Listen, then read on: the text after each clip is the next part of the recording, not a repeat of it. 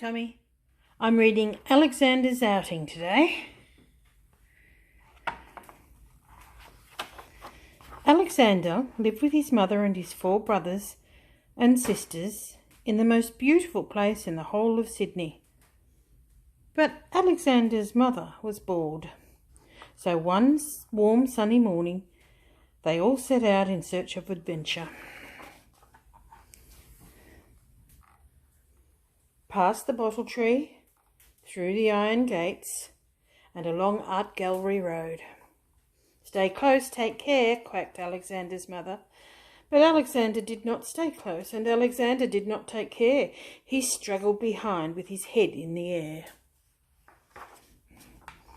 In College Street, a man rushed out and stopped the traffic. "Stay close, take care," quacked Alexander's mother. But Alexander did not stay close, and Alexander did not take care. He straggled behind, and he did not hear. By the time they reached the other side, Alexander had disappeared. "Quack, quack, quack, quack, quack, quack." Alexander's mother quacked and quacked. "Alexander, Alexander!" And all his brothers and sisters quacked and quacked and flapped, but they couldn't find Alexander anywhere. They're worried. When they stopped making such a din, they heard a faint and distant quack from deep down in the earth. A young man and a middle-aged lady came over to see what was going on.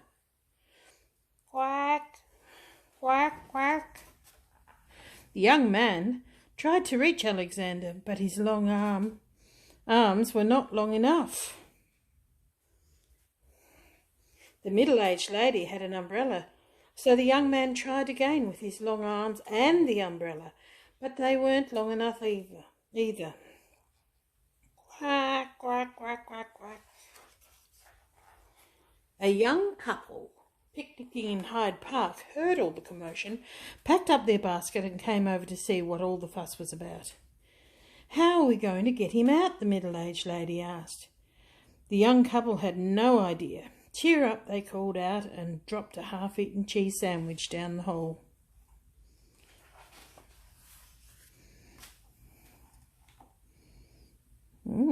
Hit Alexander on the head. A policeman arrived. He knew exactly what to do. He lowered his whistle down the hole on the end of a long piece of string. "Here," he shouted, "grab a hold of this."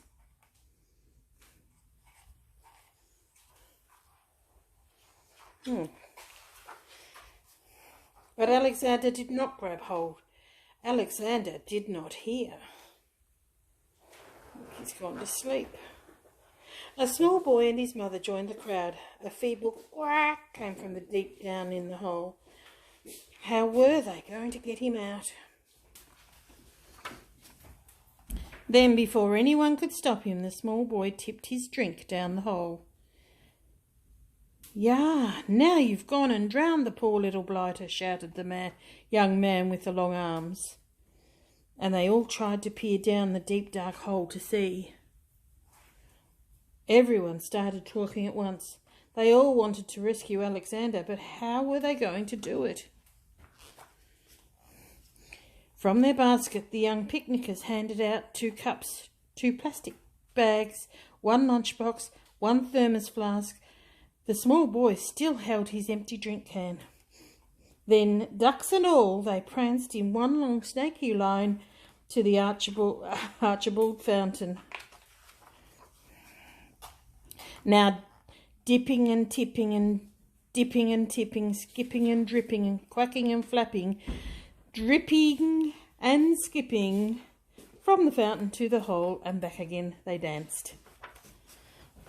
Slowly the water rose, up and up and up, until out popped Alexander like the cork out of a bottle.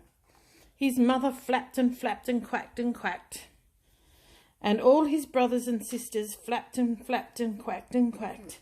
Such joyful quacking, such happy flapping. When the celebrations were over, they set off, still quacking and flapping, back across College Street, along Art Gallery Road, through the iron gates, past the bottle tree, and got safely home in time for tea. Quack, quack, quack. Oh, I'm glad he was safe. That was a good idea, wasn't it? What a clever little boy. Love you, Tommy. Bye.